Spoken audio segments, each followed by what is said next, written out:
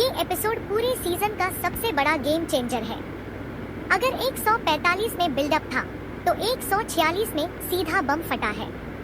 Episode की शुरुआत पिछली बार वांग लिन ने अपनी टूटी हुई बॉडी को प्योर थंडर एनर्जी से दोबारा बनाया था। It's not about being हजार साल से perfect. Heaven It's about defying being बीड में जो authentic and 5 connecting with तत्व धातु, people. लकड़ी, पानी, आग, मिट्टी अधूरे थे। वांग लिन ने आखिरकार उन्हें परफेक्ट कर दिया।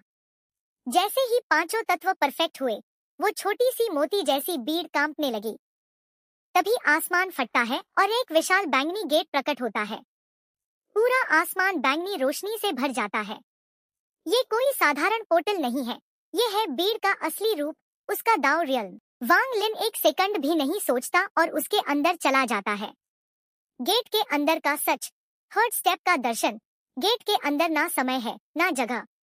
वहां वांग लिन को पहली बार थर्ड स्टेप का दाव दिखता है। अभी तक हम सेकंड स्टेप में ही उलझे थे, असेंडेंट, येंगशु, यांगशे। लेकिन थर्ड स्टेप तो कुछ और ही लेवल है, निर्वाणा वॉइड, निर्वाणा स्क्राया, निर्वाणा क्लेंजर और आखिर में वॉइड प्रोफाउंड। वांग लिन को समझ आता है कि उसकी अब तक की पूरी कल्टीवेशन तो बस एक बच्चे का खेल थी। वो वहां ध्यान में बैठता है और उस दांव को समझने की कोशिश करता है। वांग लिन की वापसी और शेन गोंगहू का सरेंडर। जब वांग लिन गेट से बाहर निकलता है तो वो वांग लिन नहीं रहता। उसके शरीर से एक ऐसी आभा निकल रही होती है जो इस दुनिया की लगती ही नहीं। उसकी आंखों में जैसे पूरा ब्रह्मांड घूम रहा हो। ये थर्ड स्टेप की झलक है।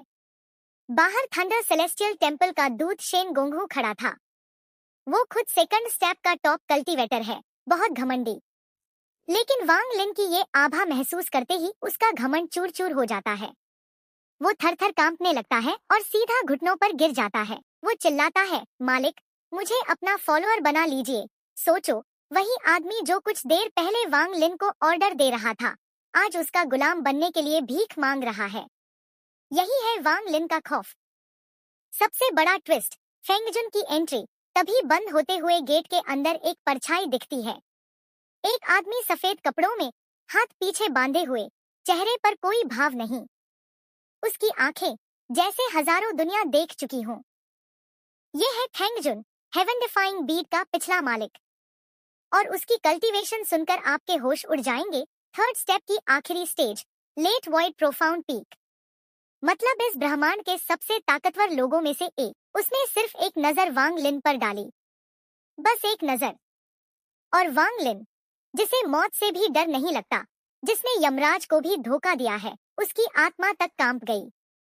उस एक नजर में हजारों साल का ज्ञान, दर्द, अकेलापन और तबाही थी। वांग लिन को लगा जैसे किसी ने उसकी आत्मा को नंगा कर दिया हो। फेंगजुन कुछ बोलता नहीं है, बस देखता है, जैसे परख रहा हो कि क्या ये नया लड़का इस बीड को संभालने के लायक है या नहीं। एंडिंग। उसके बाद वो विशाल गेट धीरे धीरे बंद हो जाता है और गायब हो जाता है। आसमान में फैली सारी बैंगनी रोशनी सिमटकर फिर से एक छोटी सी बीड बन जाती है। वो बीड उड़ती हुई आती है और सीधा वांग लिन के माथे में समा जाती है। अब बीड सिर्फ एक खजाना नहीं रही, वो वांग लिन का हिस्सा बन गई है। एपिसोड यहीं खत्म होता है। अब वांग लिन के पास थर्ड स्टेप की समझ, एक नया फॉलोअर शेन गोंगहू और असली हेवन डिफाइंग बीड है। अगला एपिसोड 147 में थंडर सेलेस्टियल रियल्म खुलने वाला है और असली तबाही।